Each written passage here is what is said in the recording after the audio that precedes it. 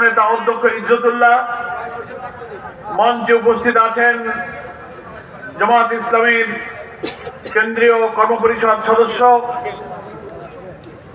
গাজীপুর মহানগরীর সম্মানিত আমির, মঞ্চে উপস্থিত আমাদের সকলের শ্রদ্ধাভাজন বর্ষিয়ান জননেতা, এই গাজীপুরের বৃহত্তর গাজীপুরের সংগ্রামী জেলা আমির ছিলেন, এখন অঞ্চল টিমের সম্মানিত সদস্য জনাব আবুল হাশেম খান।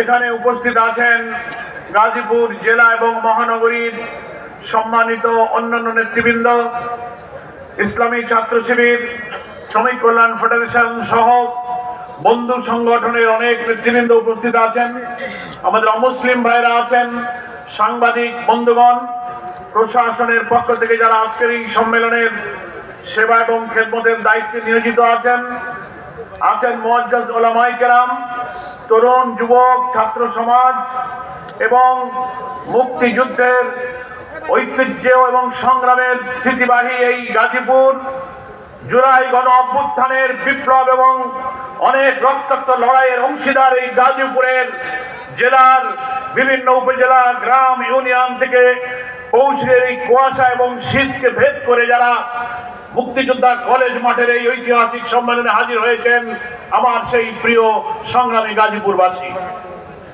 আমি শুনলাম বাংলাদেশ জামাত ইসলামের গাজীপুরের জেলার উদ্যোগে ইতিহাসে এটাই হচ্ছে সবচেয়ে বড় কর্মী সম্মেলন।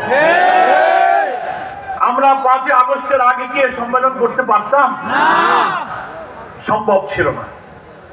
তো আল্লাহ তাআলার কাছে আসুন আমরা আরো একবার হৃদয়ের সমস্ত প্রশান্তি এবং তৃপ্তি দিয়ে আমাদের যে রব গফুরুর রহিম আল্লাহ তাআলা আমাদের জাতির উপর থেকে শৈল শাসনের জগদ্দল পাথরকে সরিয়ে দিয়ে মুক্ত বাতাসে স্বস্তি নিঃশ্বাস ফেলার তৌফিক দিয়েছেন, আমরা সেই রব্বুল আলামিনের কাছে শুকরিয়া জানাই, আলহামদুলিল্লাহ।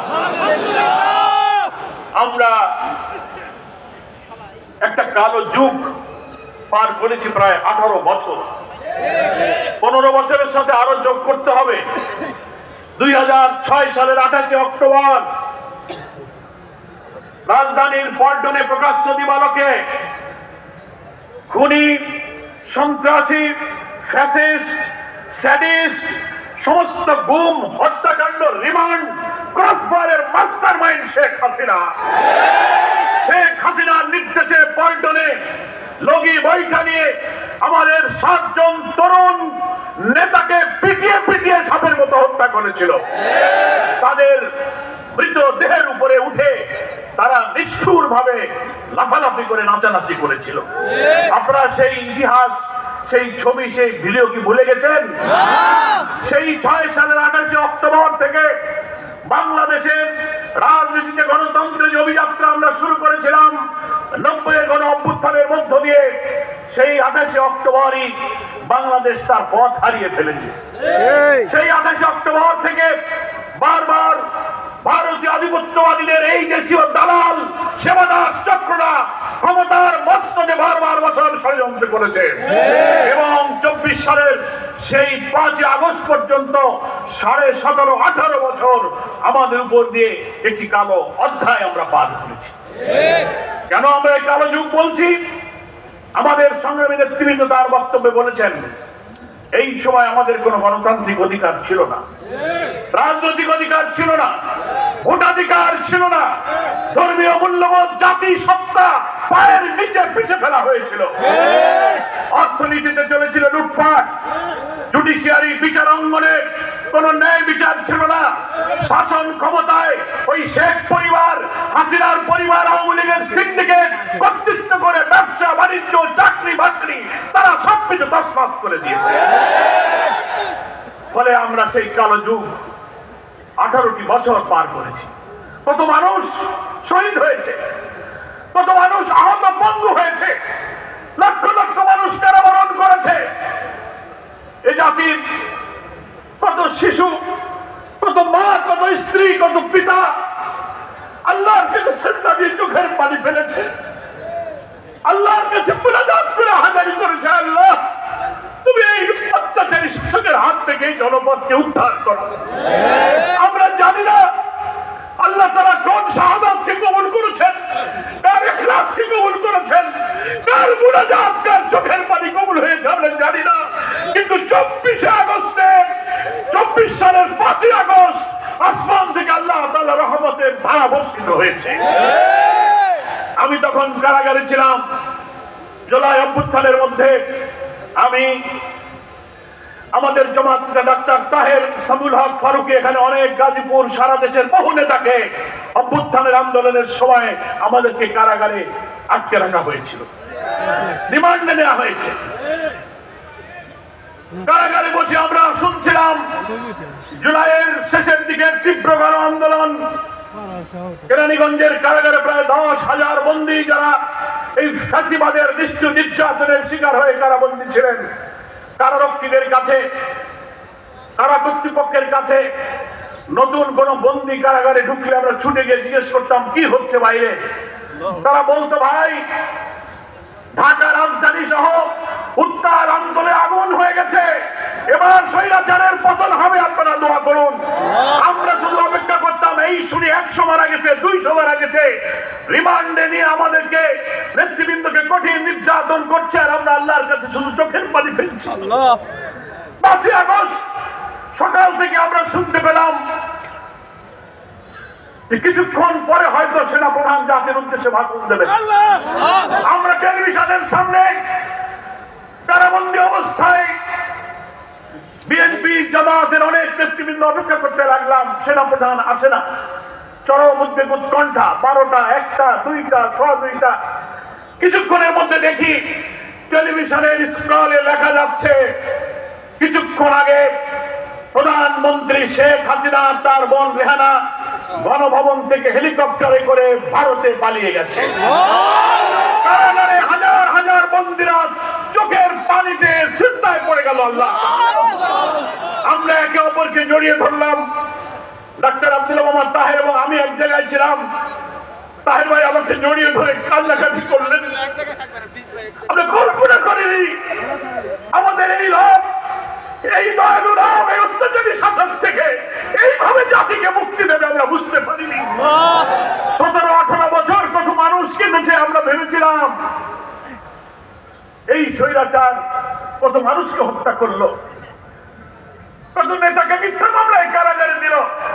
14, 18, 24 তিনটা ভোট আমরা দিতে পারিনি। রাজনৈতিক দলের আন্দোলনকে গুলি করে নিষিদ্ধ করে আর নির্যাতন করে নিষেধাজ্ঞা জারি করে বিরোধী আন্দোলনকে দমিয়ে রাখার চেষ্টা করেছে। মানুষ হতাশ হয়ে গেল। আপনারাও বলবেন, সাধারণ মানুষ বলতো, এই শেখ হাসিনা তোমরা এত আন্দোলন করে বিদায় করতে পারলে না, 3টা ভোট আমরা দিতে পারলাম না।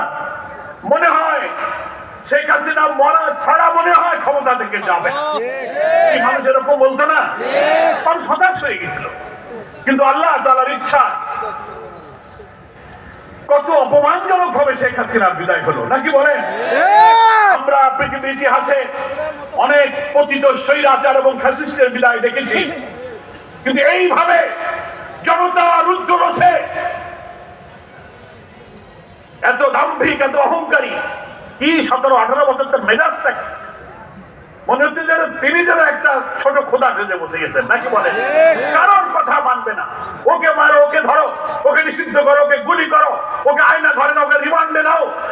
রাজনৈতিক অধিকার নেই, ভোটাধিকার নেই। এত আত্মহনিকার, এত অহংকারী, এত দাম্ভিককে আল্লাহ তাআলা কখনো পছন্দ করেন না। আমরা মনে মনে এটা কামনা করতাম, নিশ্চয়ই আমাদের জন্য আল্লাহ রহমত অপেক্ষা করছে।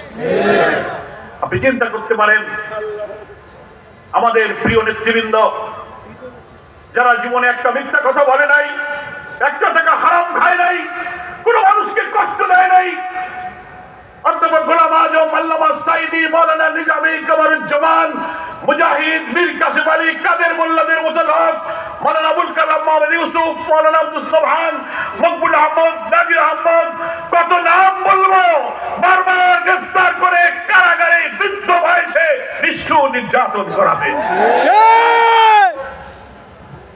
5 জন নেতাকে ফাঁসিতে ঝুলিয়ে হত্যা করা হয়েছে। মিথ্যা মামলা, মিথ্যাবাদী, মিথ্যা সাক্ষী, মিথ্যা এধার, মিথ্যা ট্রাইব্যুনাল, মিথ্যা বিচারক, সাজানো রায় দিয়ে ইতিহাসের বর্বরতম জুডিশিয়াল কিলিং করে আমাদের নেতাদেরকে হত্যা করা। বিদেশ থেকে রায় লিখে দেওয়া হয়েছে। সেই হত্যাকাণ্ডের মাস্টার মাইন্ড হচ্ছে শেখ হাসিনা। কি বলেন ঠিক কিনা? আল্লাহ তাআলার বিচার। দুপুরে ভাতও খাওয়া যাবে না। কি ফেরাউনি স্বর্গ বানাইছিল, আমরা তো টের পাইতাম না। পরের দিন 6 তারিখ আমরা জেল থেকে বের হলাম। যখন এই খবর শুনলাম, জেলের ডেপুটি জেলার সুপার, জেলার সকলকে বললাম, বিএনপি আর আমরা জামাত নেতৃবৃন্দ যারা ওখানে ছিলাম কারাগারের ডিভিশনে, বললাম যে আপনারা টেলিফোন এনে দেন, আমরা এখন বাইরে কথা বলবো। তখন তো কারাগারের নিয়ন্ত্রণ আমাদের কাছে, আমরা যা বলি তাই হয়। 8টা 9টা টেলিফোন নিয়ে সুপার সাহেব হাজির। দুপুরবেলা ফোন দিতে লাগলাম, নেতৃবৃন্দ কোথায়, পরিবারের কি অবস্থা, তারা হাউমাউ করে কাঁদতে লাগলো। আমার মাকে আমি প্রথম ফোন দিলাম, ঢাকার বাসায় অসুস্থ মাকে নিয়ে এসেছিলাম। আমার কারাগারে থাকা অবস্থায় আব্বা ইন্তেকাল করলেন। মা আমার আব্বা হারিয়ে বড় ছেলের জন্য পেরেশান। মাকে বললাম তুমি আমার বাসায় চলো। মাত্র কয়েকদিন আগে মাকে আনলাম। 20 জুলাই রাত 2:30টার সময় আমার বাসা ঘেরাও করে মা কান্নাকাটি করতে লাগলেন, আমার ছেলে কয়েকদিন আগে জেল থেকে বের হলো, কেন তোমরা আজকে নিয়ে যাবো? আমি মাকে জড়ায় ধরে কপালে চুমু দিয়ে বলেছিলাম, মা এবার দেরি হবে না, তুমি দোয়া করো আমার জন্য। আমি যখন ফোন করলাম, মা তুমি কেমন আছো? মা আমাকে বললো, তোমাকে ধরার পরে আমাকে লোকেরা বলেছে তোমার ছেলে আবার জেলে গেছে, আর বেরোতে পারবে না। আবার মমতাময়ী অল্প শিক্ষিত মা আমাকে টেলিফোনে বললো, আমি তাদের বলেছি না, এই বাংলাদেশ নতুন করে স্বাধীন হবে, তারপর আমার ছেলেকে নিয়ে আমি খুলনায় যাবো। আমি তো টেলিফোনে মায়ের জবাব শুনে অবাক।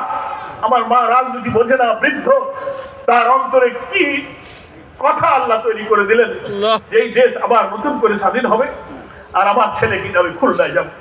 মাকে বললাম, মা তোমার দোয়া কবুল হয়েছে, আমি তাড়াতাড়ি আসবো বলেছিলাম, আমি চলে আসছি। তারপর আমি মাকে নিয়ে খুলনায় গেছি। প্রিয় গাজীপুরবাসী, দেশবাসীকে এই কথাগুলো আমি কেন বলছি? শুরুতে আমি বলেছি আমরা একটা কালো যুগ পার করেছি। হ্যাঁ, আমরা যদি কোনো অন্যায় করতাম, মাওলানা সাইদি নিজামীদের মতো নেক মানুষরা যদি একটা অপরাধ করতো, তাহলে মনকে বুঝ দেওয়া যেত। আল্লাহর এত প্রিয় নেক মানুষগুলোকে এই বৃদ্ধ বয়সে ফাঁসিতে জড়িয়ে ঝুলিয়ে তুমি ফাঁসি দিয়েছ। তোমার অন্তর কাঁপে নাই, আসমান কেঁপেছে, জমিন কেঁপেছে, বাংলাদেশ এবং দুনিয়ার সমস্ত আল্লাহ আল্লাহরা চোখের পানি ফেলেছে। আল্লাহর ঘরে কাবায় লুটিয়ে পড়ে আল্লাহর গোলামেরা সিজদা দিয়ে তোমার বিরুদ্ধে নালিশ করেছে। আল্লাহর আরশে সেই দোয়া হয়তো কবুল হয়ে গেছে। তাই ইতিহাসের নিষ্ঠুরতম ফ্যাসিস্টদের মতো অতীত স্বৈরাচার তুমি অপমানিত হয়ে বিদায় দিয়েছ। গেলে কোথায়? যেখানকার মাল সেখানেই চলে গেল। মাল তো ওইখানকার, কি বলেন? ওখানে গিয়ে উনি ষড়যন্ত্র করছেন। মামু বাড়ি দিল্লি গেছে, পাসপোর্ট বাতিল, ভিসা নাই। মামু বাড়ি দিল্লি। আধিপত্যবাদী ভারত শাসন করছে এখন বিজেপির হিন্দুত্ববাদী সাম্প্রদায়িক সরকার। হিন্দুত্ববাদী আন্তর্জাতিক কনভেনশন, জেনেভা কনভেনশন, সমস্ত কূটনৈতিক রীতিনীতি ভঙ্গ করে এত বড় খুনি অপরাধী হত্যাকাণ্ডের মাস্টার মাইন্ডকে কেন তুমি সেখানে আশ্রয় দিয়েছো? তাহলে আমরা এটা বলতে বাধ্য, 18 বছরের জুলুম, নির্যাতন, হত্যাকাণ্ড, লুটপাট, নিষ্ঠুরতার পেছনে তোমার হাত ছিল। তাকে কেন সাহায্য করেছো? বাংলাদেশ সরকারের পক্ষ থেকে ভারতকে চিঠি দেওয়া হয়েছে, তাকে ফেরত দেন, তাকে বিচারের আওতায় আনা হবে। ট্রাইব্যুনাল করেছিলে আল্লাহ আল্লাহ লোকদেরকে ফাঁসি দেওয়ার জন্য। আল্লাহর কি ইচ্ছা, সেই ট্রাইব্যুনালাই এখন তোমার জন্য ফাঁসির আয়োজন চলছে। কোথায় যাবা? ওমা তাশাউনা ইল্লা আইয়াশা আল্লাহু রাব্বুল আলামিন। তোমাদের কোনো ইচ্ছাই কাজে লাগবে না যদি আল্লাহর ইচ্ছা না হয়। কি বলেন ঠিক কিনা? তুমি সারা জীবন ক্ষমতায় থাকতে চেয়েছিলে, ইসলামী রাজনৈতিক দল আলেম ওলামাকে কারাগারে রুদ্ধ করে নির্যাতন করে ইসলামী মূল্যবোধকে ধ্বংস করে দল নিষিদ্ধ করতে চেয়েছিলেন। পতনের 4 দিন আগে বাঁচার আর কোন উপায় নেই, সে মনে করলেন এই সব আন্দোলন, সব সংগ্রাম, সব বিদ্রোহ জামাত আর শিবির করতেছে। তো বাঁচার শেষ উপায় হলো জামাত শিবির নিষিদ্ধ করে দাও। ডুবন্ত মানুষ যখন সাগরে ডুবতে থাকে, বাঁচার কোন পথ যখন পায় না, হাতড়াইতে থাকে, একটা শ্যাওলা যদি পায় তো ওইটা ধরে বাঁচতে চায়। শ্যাওলা ধরে কি বাঁচা যায়? বাঁচা যায় না। তোমার পতনের 4 দিন আগে তুমি জামাত শিবিরকে নিষিদ্ধ করলে, 4 দিন পরেই আল্লাহ তাআলা তোমাকে নিষিদ্ধ করে দিলেন। এটাই হচ্ছে আল্লাহর ইচ্ছা। তুমি আর দেশে আসতে পারবা কিনা জানি না। মাঝে মাঝে অডিও ভিডিও গণমাধ্যমে 2-1টা বক্তব্য ছেড়ে দিতেছে, শোনেন না? তোমরা চালায় যাও না আপা, আপনার যদি খুব মায়া লাগে আপনি আসেন, এই জায়গায় আমরা দেখবানে এম দেন বলে, তোমরা চিন্তা করো না, আমি পাশে আছি, ঢুকে পড়বানে। শুনছেন আপনারা? শুনছেন? আমরা বলছি আসেন, ঢুকে পড়েন। আমরা একেবারে গেট টেট সাজায় মালা দিয়ে বরণ করার জন্য বসে আছি।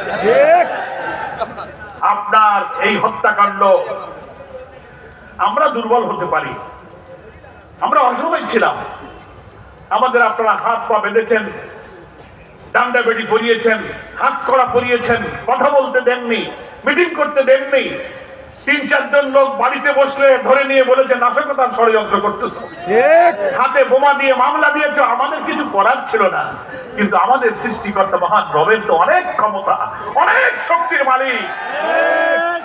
সেই তোমার ফাইলটা এখন তার হাতে, ফাইলটা আল্লাহ ডাইরেক্ট হ্যান্ডেল করতেছে। কি বলেন, ঠিক কিনা?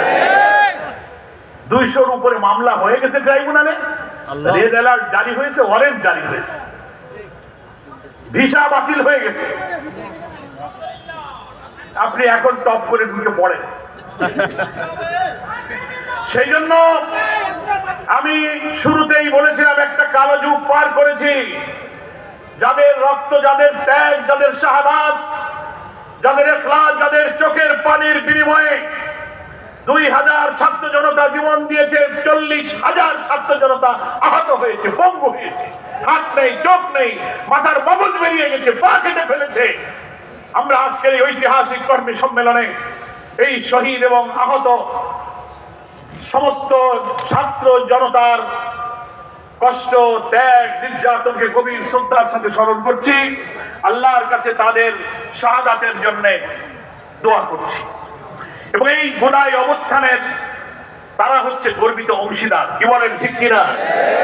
কথা এখন জুমার দিন লম্বা করা যাবে না।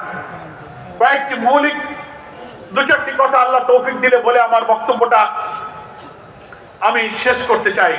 কথাগুলো শুনে যাবেন তো আপনারা? সেটা হলো এই যে ত্যাগ, এই যে আত্মদান, এই যে রক্তদান, যারা চলে গেল তারা বিজয় দেখে যেতে পারলো না। তাদের স্ত্রী, তার সন্তান, শিশুরা কাঁদে, আহতরা হাসপাতালে। এই বিজয়, এই মুক্তির স্বাদ তারা দেখতে পাচ্ছে না। তাহলে যারা রক্ত দিয়ে গেল, এদের এই রক্তের ঋণ, এই দায় আমাদের শোধ করতে হবে। কি বলেন, ঠিক কিনা? আমরা সবাই তাদের রক্তের কাছে ঋণী আছি।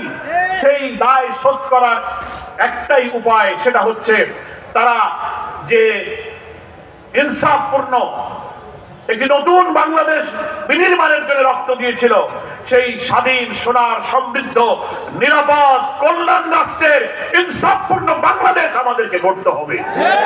তাহলেই এই শহীদদের রক্তের ঋণ শোধ করা যাবে। এখন সেই দেশ গড়া শুরু হয়েছে, আবার নতুন চক্রান্ত, ষড়যন্ত্র শুরু হয়েছে। দেখতেছেন না? বিপ্লবের পরেই প্রতি বিপ্লব, জুডিশিয়াল কু, আনসার কাণ্ড, এই দাবি ওই দাবি, ধর্মঘট, সচিবালয়ে আগুন, হিন্দু, মুসলিম, বৌদ্ধ, খ্রিস্টান, অমুসলিম ভাইদেরকে নিয়ে নানান ষড়যন্ত্রকারী একটা অরাজকতা তৈরি করে তারা বুঝাতে চায় যে না, বাংলাদেশে এখন হিন্দু ভাইরা আওয়ামী লীগ না আসলে শান্তিতে থাকবে না, ওদের আসতে হবে। এখন সংখ্যা লঘু, তাদের বাজায় তারা এখন নিরাপদ নেই, তাদের অধিকার বঞ্চিত। এই পরিস্থিতি তৈরি করার চক্রান্ত চলেছে এই 5 মাসে। কি বলেন, ঠিক কিনা? কিন্তু আলহামদুলিল্লাহ বাংলাদেশের বিপ্লবী ছাত্র জনতা সেনাবাহিনী এবং অন্তর্বর্তীকালীন সরকার দৃঢ়তার সাথে ভারতীয় আধিপত্যবাদী শক্তির এদেশীয় দালাল এবং আন্তর্জাতিকভাবে যারা ষড়যন্ত্র করছেন তাদের এই চেষ্টাকে ব্যর্থ করে দিয়েছে। কি বলে? আমরা এখন দেশ গড়তে চাই একটি অবাধ, নিরপেক্ষ, একটা পার্টিসিপেটরি, একটা ক্রেডিবল, একটা ফ্রি ফেয়ার ইলেকশনের মধ্য দিয়ে আমরা এই নতুন বাংলাদেশ গড়তে চাই। এবং সেখানেও অন্তরায় জুলাই অভ্যুত্থানে আমাদের যে ঐক্যের চেতনা ছিল ছাত্র জনতার, এখন কোন ষড়যন্ত্র, কোন লোক নতুন করে এই অগ্রযাত্রাকে আবার মাঝে মাঝে যেন বাধাগ্রস্ত করার চেষ্টা করছে। কেউ বলে সংস্কার দরকার নাই, পরে করলেই হবে। কেউ বলে সংস্কার করেন, কেউ বলে নির্বাচন তাড়াতাড়ি করেন, কেউ বলে না সংস্কারটা শেষ করে হোক। এই যারাই আমরা বিপ্লব করলাম, যারাই রক্ত দিলাম, তাদের মধ্যে এখন ইখতিলাফ শুরু হয়েছে। ইখতিলাফ মানে বাংলা তর্জমা কি? মত পার্থক্য শুরু হয়েছে। আমি সংক্ষেপে সকল রাজনৈতিক দল, বিশেষ করে আওয়ামী ফ্যাসিবাদ বিরোধী আন্দোলনে যারা রাজপথে আমরা রাজনৈতিক দলগুলো ছিলাম, রক্ত দিয়েছি, শহীদ হয়েছি, নেতৃত্ব দিয়েছি, তাদের কাছে আমার মিনতি, জুলাই অভ্যুত্থানের যে চেতনা, এই ঐক্যকে অটুট রেখে আসুন, একটা জাতীয় ঐক্যের পরিবেশ তৈরি করে আমরা একটা গ্রহণযোগ্য নির্বাচনের জন্য যতটুকু সংস্কার প্রয়োজন সেই সংস্কারটুকু করে আমরা নির্বাচনে যাই। সংস্কার যারা না করে নির্বাচন চান, তারা আইনের, সংবিধানের দোহাই দেন। সংস্কার করতে গেলে আইন লাগে, সংবিধান লাগে, পার্লামেন্ট লাগে। এইসব ইস্যু সামনে এনে একটা বিতর্ক তৈরি করা হচ্ছে। আমি তাদের কাছে প্রশ্ন করতে চাই, ডক্টর ইউনূস সাহেব আসছিলেন কোন আইনে, কোন সংবিধানে লেখা ছিল, কোন বিধিতে ছিল? উপদেষ্টা পরিষদ হলো, হাসিনা চলে গেল, শপথ করলেন কোন আইনে? সংবিধান এবং আইন কি? সংবিধান হচ্ছে জন আকাঙ্ক্ষা, জনগণ যা চাবে, কোটি কোটি মানুষ যা চাবে, ওইটার লিখিত রূপ হচ্ছে সংবিধান। 90-এর গণ অভ্যুত্থানের মধ্য দিয়ে আমরা যখন কেয়ারটেকার করেছিলাম এরশাদের পতনের পর, তখনও সংবিধানে কেয়ারটেকার ছিল না। জনগণের ঐক্যমতের ভিত্তিতে আগে কেয়ারটেকার হয়েছে, নির্বাচন হয়েছে, তারপর আইন করে ওটা আমরা সংবিধান অন্তর্ভুক্ত করেছি। ফলে সংবিধান আর আইনের কথা বলতে গেলে এই অন্তর্বর্তীকালীন সরকারও তো বেআইনি, উপদেষ্টাও বেআইনি। আমরা কি কামটা করলাম? এসব রাষ্ট্র এবং জনগণের আকাঙ্ক্ষা পূরণের জন্য একটি অবাধ, নিরপেক্ষ নির্বাচন করতে যদি আইনের যেসব সংস্কার করা প্রয়োজন তা যদি এখন না করি, তাহলে তো 14, 18, 24-এর মতো ইলেকশন হবে। এত রক্ত দিয়েছি কি আমরা আবার সেই ইলেকশনের জন্য? 3টা ইলেকশন হয়ে গেল, বাংলাদেশের ভোটাররা ভোটের দিন রওনা দিয়েছে ভোট কেন্দ্রে, ভোট দেওয়া হয়ে গেছে। রাস্তায় আওয়ামী লীগ, পুলিশ লীগ, যুবলীগ, ছাত্রলীগ সব ঠেকাইতে বলে যাও বাড়ি চলে যাও, ভোট হয়ে গেছে, ভোট দেওয়া লাগবে। কেউ যদি জোর করে ভোট কেন্দ্রে ঢুকে ভোট দিতে গিয়ে বলে ব্যালট দাও, বলে ব্যালট শেষ হয়ে গেছে, ব্যালট নাই। আপনারা কি আবার সেই ভোট চান? তাই যারা বিনা সংস্কারে আইনের পরিবর্তন না করে, আমরা তো বলছি না এই বিশাল বাংলাদেশ নামক রাষ্ট্রের অনেক অর্গান, অনেক বিভাগ আছে, সব অর্গান, সব বিভাগগুলো পলিটিসাইজ হয়েছে, করাপ্ট হয়েছে, দুর্নীতিগ্রস্ত হয়েছে, দলীয়করণ হয়েছে, সব সংশোধন করতে হবে। পচে গেছে সব অর্গান। 18 বছরে স্বৈরাচার আমাদের সংবিধান, আমাদের প্রশাসন দলীয়করণ করে ইচ্ছামতো কর্তৃত্ববাদী চালিয়ে ক্ষতবিক্ষত করেছে। কিন্তু অন্তর্বর্তীকালীন এই সরকারের পক্ষে এত সংস্কার সম্ভব না, এটা আমরাও মানি। নির্বাচিত সরকার আসলে তারা পুরা রাষ্ট্রের সব অর্গানগুলো সংস্কার করবেন, এতে আমাদের দ্বিমত নেই। কিন্তু তবে নির্বাচনটা সুষ্ঠু করতে গেলে অন্তত কয়েকটা অর্গানকে মেরামত করা লাগবে। Election commission, police administration, civil administration, judiciary, কনস্টিটিউশনের কিছু জায়গা আছে, অন্তত 6-7টা জায়গা আপনি সংস্কার না করে প্রশাসনের রন্ধে রন্ধে ফ্যাসিবাদের দর্শকরা এখনো ঘাপটি বেড়ে বসে আছে। এই ওসি, এই এসআই, এই ইউএনও, এই ডিসি, এই সচিব রেখে আপনি ভোট করবেন, 14, 18, 24-এর মতো ভোট হবে, তাহলে আমাদের জাতির সমস্ত রক্তদান বৃথা যাবে। তাই আমরা বলেছি আসুন, সংস্কার নিয়ে কোনো বিতর্কের দরকার নেই। সুষ্ঠু নির্বাচনের জন্য নিশ্চয়ই কিছু আইন পরিবর্তন করতে হবে। জুলাই অভ্যুত্থানের গণ আকাঙ্ক্ষাই সেই পরিবর্তনের অধিকার রাখে। অন্তর্বর্তীকালীন সরকার অধ্যাদেশ জারি করুন, সংস্কার করুন। গভর্নমেন্ট যে রিফর্ম কমিশন গুলো গঠন করেছিলেন, সব মিলিয়ে 12-13টা রিফর্ম কমিশন সমস্ত রাজনৈতিক দল স্টেক হোল্ডারদের কাছে তারা পরামর্শ দিয়েছে। জামাত ইসলামীর সাথে তারা কথা বলেছে, বৈঠক করেছে। আমরাও আমাদের দলীয় ফোরামে আলোচনা করে আমরা সেই সব বিভাগ এবং অর্গান সম্পর্কে সংস্কার প্রস্তাব সরকারের দপ্তরে জমা দিয়েছি।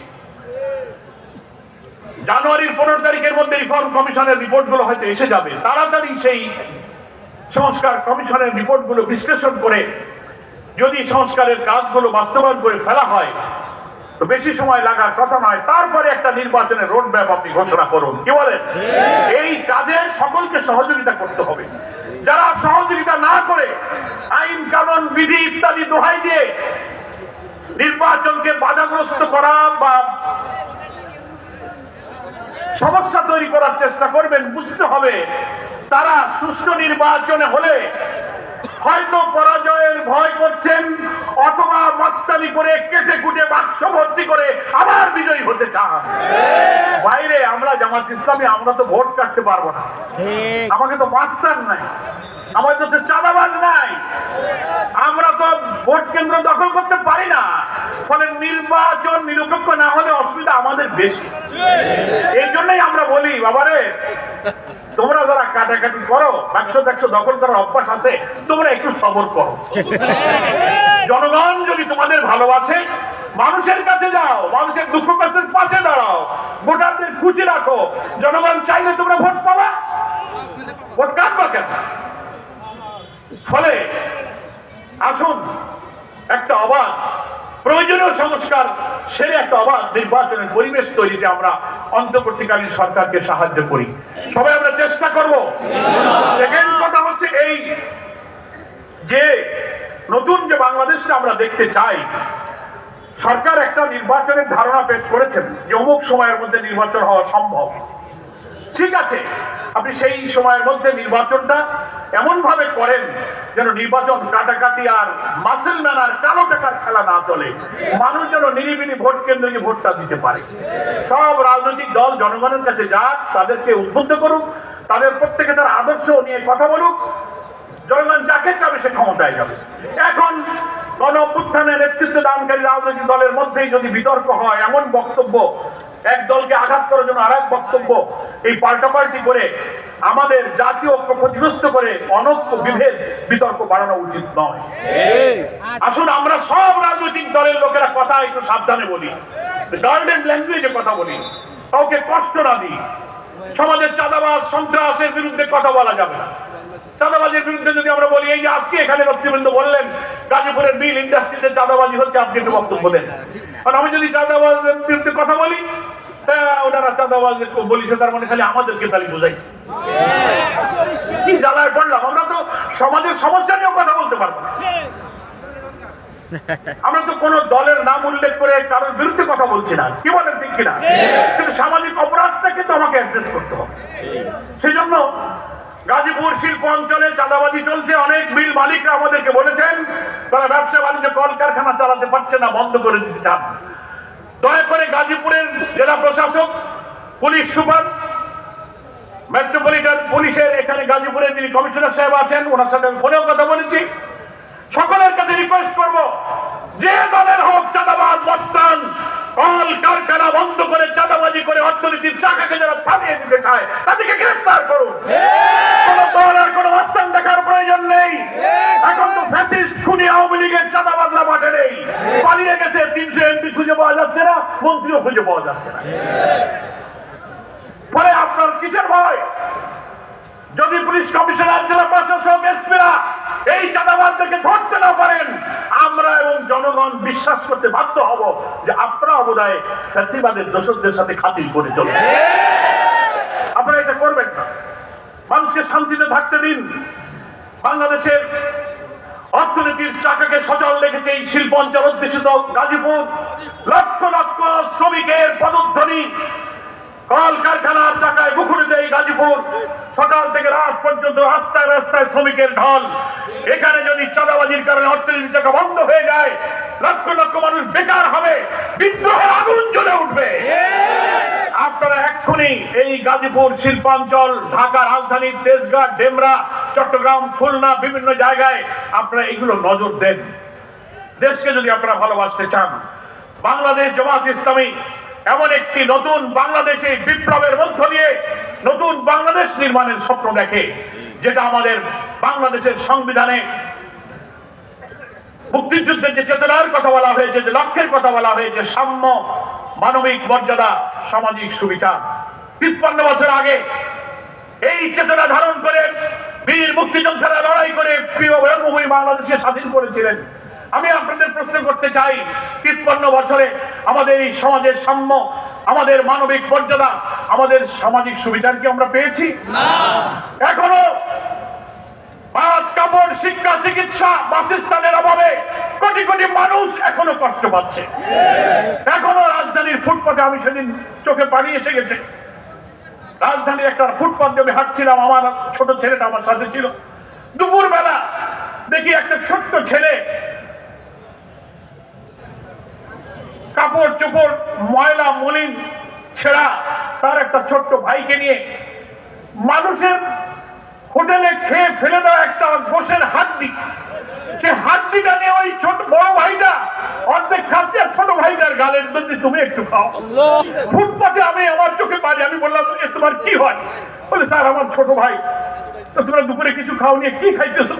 বলে না এই গোশের টুকরা পাইছি, তা একটু ছিঁড়ে সে খায়, আর ছোট ভাইটাকে সে একটু মুখে তুলে দিচ্ছে। আমি আর কষ্ট সহ্য করতে পারলাম না, আমি ওকে সাহায্য করলাম, তোমরা এটা দিয়ে কিনে দুপুরে খাবারটা খাও। আমি এই কথা এই জন্য বলছি, বাংলাদেশের প্রায় ৪ কোটি মানুষ এখনো দরিদ্র, প্রায় ২ কোটি শিক্ষিত যুবক বেকার, দারিদ্র সীমার নিচে হতদরিদ্র মানুষ খাওয়ার কষ্টে ভুগছে কোটি কোটি মানুষ। সেই বাংলাদেশ নতুন করে নির্মাণের জন্য, ইনসাফপূর্ণ সুবিচারের বাংলাদেশের জন্য আমাদের এই হাজার হাজার লোকেরা রক্ত দিয়েছে। আমরা সেই বাংলাদেশ গড়তে চাই। জামাত ইসলামী বলেছে এই বাংলাদেশ হবে সুবিচারের বাংলাদেশ। সেই সুবিচার কে করবে? জামাত ইসলামী হাতে যদি আল্লাহ তাআলা রাষ্ট্রের দায়িত্ব দেন, আমাদের আমিরে জামাত ডাক্তার শফিকুর রহমান বলেছেন, আমরা শাসক হব না, আমরা এই জাতির খাদেম হয়ে সেবা করব। লুটপাট, চাঁদাবাজি, মাস্তানি, অর্থ পাচার, শেখ হাসিনা, তার বোন রেহানা, তার ভাগ্নি, তার মেয়ে, তার ছেলে জয়, পুতুল, টিউলিপ মিলে লক্ষ লক্ষ কোটি টাকা বিদেশে পাচার করেছে। ব্যবসা বাণিজ্য তাদের হাতে ছাড়া ছিল না। নতুন বাংলাদেশে এই সব লুটপাট আর হবে না। আমাদের অর্থনৈতিক নিরাপত্তা হবে। ইসলামের যে কল্যাণ রাষ্ট্র, ইসলামের যে সৌন্দর্য, beauty of Islam, welfare of ইসলামের জন্য আল্লাহর নবী হাদিসের মধ্যে যা বলেছেন, রাষ্ট্রের সকল মানুষের ভাত, কাপড়, শিক্ষা, চিকিৎসা, বাসস্থানের মৌলিক সব দায়িত্ব রাষ্ট্র গ্রহণ করবে। চাকরি দিতে হবে, কাজ দিতে হবে। হাদিসে আল্লাহ রাসূল বলেছেন, যাদের কাজ দিতে পারবে না রাষ্ট্র, বেকার যারা থাকবে, তাদের সংসার চালাবার মতো প্রত্যেক বেকারকে ভাতা দিতে হবে। অভাব এবং দারিদ্রটাই মানুষকে অপরাধের দিকে নিয়ে যায়। কি বলেন ঠিক কিনা? এই সোনার বাংলা, সুজলা সুফলা নদীমাতৃক সবুজ বাংলা আমার, জমিন কত উর্বর। আমরা যদি চুরি ডাকাতি দুর্নীতি বাদ দিয়ে শিল্প, কল কারখানা, কৃষি, অর্থনীতির চাকা চালু করতে পারতাম, তাহলে আমার এই বাংলায় খাদ্যের অভাব হতো না, দুর্নীতি হতো না। মানুষের চরিত্র যদি আমরা গঠন করতে পারতাম, নৈতিকতা ঠিক থাকতো। জামাত ইসলামী তাই অর্থনীতিকে একটি যাকাত ভিত্তিক বৈষম্যহীন অর্থনীতি কায়েম করবে। আল্লাহ তাআলা কোরআনে বলেছেন, সূরা নূরের ৫৫ নম্বর আয়াতে, রাষ্ট্রে যদি দ্বীনের ভিত্তিতে কোন রাষ্ট্র তোমাদের দায়িত্বে আসে, তোমাদের 4টি কাজ। আল্লাযিনা ইম্মাক্কানাহুম ফিল আরদ আকামুস সালাহ ওয়া আতুজ যাকাত আমরু বিল মারুফ ওয়া নাহাউ আনিল মুনকার। 4টে কাজ করবে। জাতিকে সালাতের মাধ্যমে আল্লাহর আনুগত্য এবং চরিত্র গঠন করতে হবে, রাষ্ট্রের প্রথম কাজ। 2 হচ্ছে সুদ মুক্ত, যাকাত ভিত্তিক, সুষম বন্টনের ভিত্তিতে একটি সুন্দর অর্থনীতি চালু করতে হবে। 3 হলো সমস্ত ভালো কাজের আদেশ করতে হবে, সব ভালো কাজ, আর সমস্ত মন্দ কাজ বন্ধ করতে হবে। বলেন এই 4টা কাজ হইলে একটা দেশ শান্তি হবে না? এটা আল্লাহই বলতেছেন। রাষ্ট্রের ক্ষমতা দায়িত্বে আছে তোমাদের এই কাম। কিন্তু আমরা করছি কি সব উল্টা করছি। অনাচার, জুলুম, লুটপাট, সুদ, ঘুষ সব চালু আছে, আর সব মন্দ কাজ চালু হয়েছে, ভালো কাজগুলো বন্ধ হয়ে গেছে। কল্যাণ রাষ্ট্র আসলে আমরা তাই করবো, ইনশাআল্লাহ। ন্যায় বিচার হবে কোর্টে, যেটাকে আল্লাহ তাআলা কোরআন শরীফে সূরা হাদীদের মধ্যে বলেছেন, লাকাদ আরসালনা রুসুলানা বিল বাইয়িনাতি ওয়া আনজালনা মাআহুমুল কিতাবা ওয়াল মিজান লিয়াকুমা আন-নাসু বিল কিসত ওয়া আনজালনাল হাদীদ ফীহি বা'সুন শাদীদ ওয়া মানাফিউ লিন-নাস। আল্লাহ তাআলা বলছেন, আমি যুগে যুগে তোমাদেরকে রাসূল পাঠিয়েছি, বাইয়িনা পাঠিয়েছি, কিতাব পাঠিয়েছি, মিজান পাঠিয়েছি, এত হেদায়েত, এত আইন দিয়েছি। কি জন্য? লিয়াকুমা আন-নাসু বিল কিসত। কিসত মানে হচ্ছে সুবিচার। ওলামায়ে কেরাম আছেন, আলেমে দ্বীন আছেন, কিসত আর শব্দের অর্থ হচ্ছে সুবিচার, যেটাকে ইংরেজিতে বলা হয় জাস্টিস। আমাদের ছেলেরা গণ অভ্যুত্থানের স্লোগান দিয়েছে, উই ওয়ান্ট জাস্টিস, আমরা সুবিচার চাই। আল্লাহ তাআলা নির্ভুল জ্ঞানের উৎস হচ্ছে আল্লাহর ওহী কোরআন। সেই কোরআনের যে আইন, কোরআনের যে ইনসাফ, সেই জাস্টিসের বিধানের ভিত্তিতেই মানবতার কল্যাণ সম্ভব। মানুষের তৈরি করা কোনো আইন দিয়ে কোনো সুবিচারপূর্ণ সমাজ প্রতিষ্ঠিত হতে পারে না। কারণ মানুষ ভুল করতে পারে, মানুষ পক্ষপাতিত্ব করে, মানুষের উপরে শয়তান চড়া হয়, কিন্তু আল্লাহ তাআলা নির্ভুল জ্ঞানের উৎস হচ্ছে আল কোরআন। ওইটাই হচ্ছে কিসত, ওইটা হচ্ছে সুবিচার, ওইটাই হচ্ছে মিজান, ওইটা হচ্ছে কিতাব, ওইটা হচ্ছে বাইয়িনা। আল্লাহ রাসূলের সুন্নাহর মধ্যেই রয়েছে মানুষের জন্য সুবিচারপূর্ণ সমাজ, বিচার, অর্থনীতি। লিয়াকুমান নাসু বিল কিসত, নাস শব্দটা ব্যবহার করেছেন সমস্ত মানব জাতি, হোল ম্যানকাইন্ড, হোল হিউম্যানিটিকে সুবিচারের উপরে দাঁড় করাতে পারে ইসলামী সভ্যতা, ইসলামের কল্যাণ রাষ্ট্র, ইসলামের সুবিচারপূর্ণ ব্যবস্থা। জামাত ইসলামী সেই রাষ্ট্র কায়েম করতে চায়। সবাইকে আমরা রাজি আছি? এখানে খাদ্যের অভাব থাকবে না, বস্ত্রের অভাব থাকবে না, অন্নহীন, বস্ত্রহীন, নিরন্ন মানুষের হাজারি থাকবে না। সেই সমাজ, সেই রাষ্ট্র বাংলাদেশ দেখতে চায়। সেই স্বপ্নের নতুন বাংলাদেশ বিনির্মাণের স্বপ্নের সারথী বাংলাদেশ জামাত ইসলামীর আমির ডাক্তার শফিকুর রহমান রাজধানী ঢাকা থেকে গ্রামে গঞ্জে, পথে প্রান্তরে, নগরে লক্ষ লক্ষ মানুষের কাছে ডাক দিয়ে সেই জাতীয় ঐক্যের ডাকে বলছেন, আমরা বহু শোষণ জুলুম দেখেছি, অবিচার দেখেছি, আসুন সুবিচারের নতুন বাংলাদেশকে আমরা একটু সৃষ্টি করি। জনগণের মধ্যে আমরা আশা আকাঙ্ক্ষা দেখতে পাচ্ছি। মানুষ বলেছে আমরা সব শাসন তো দেখেছি, কোরআনের সুবিচারটা আমরা একটু দেখি। গাজীপুরের মানুষ কি দেখতে রাজি আছে? তো এটা দেখতে হবে। সেই জন্য এখন থেকে মানুষের কাছে যাওয়া, জুলুম বন্ধ করা, চাঁদাবাজি বন্ধ করেন, দখলদারি বন্ধ করেন। আপনারা এখানে ভূমিহীনদের উচ্ছেদ না করে, আমরা বলছি যে সরকারি জায়গা যদি সরকারি কোনো কাজে লাগে, আপনি নেন, ভবন বানান, উন্নয়নমূলক কাজ, মিল, ফ্যাক্টরি, অফিস করেন, কিন্তু কোনো কাজে লাগাবেন না। একটা গরিব মানুষ হয়তো লিজ নিয়ে স্থানীয় চেয়ারম্যান, মেম্বার, পৌরকে বলে হয়তো কোন রকম অস্থায়ী ভাবে আছে, আপনি কেন তাকে উচ্ছেদ করবেন? মানবিক বাংলাদেশে মানুষের পাশে দাঁড়ান। সরকার আপনার জমি আপনি আপনার প্রয়োজনে ব্যবহার করবেন, কোনো কাজে লাগাবেন না, শুধু লাঠি পিঠা করে দোকান ভেঙে দেবেন। দরকারটা ওখানে আর একটা দেওয়াজ আসবে, তখন আপনি কি করবেন? সেই জন্য আমি এখানকার ইউনো এবং জেলা প্রশাসককে বলবো, সরকারের কোনো প্রয়োজন যখন হবে আপনি আপনার জমি নেবেন, এখানে কেউ বাধা দিতে পারবেন, এটা আইন নয়।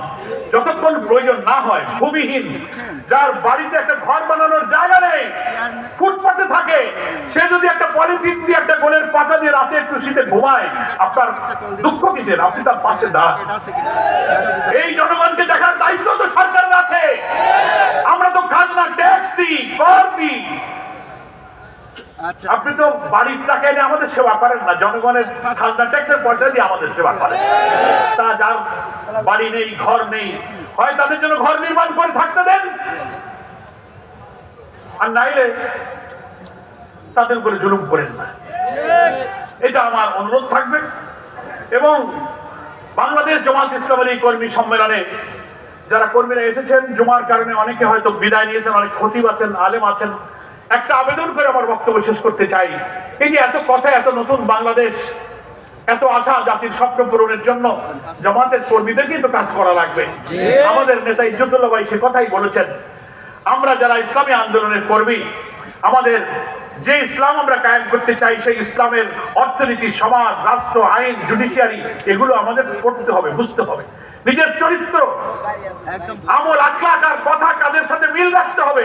জনগণ যেন আপনাকে দেশে পাশের লোক, পাশের বাড়ি, প্রতিবেশী বুঝতে পারে যে আমাদের কর্মীর দিকে তাকালে মনে হয় আসলে এ হচ্ছে ইসলাম। এর নামাজ, এর লেনদেন, এর মুআমালাত, এর ব্যবসা বাণিজ্য, এর কথাবার্তা দেখে যেন ইসলামের আদর্শটা যেন ফুটে ওঠে। মানে চরিত্রের মধ্যে ইসলাম থাকতে হবে।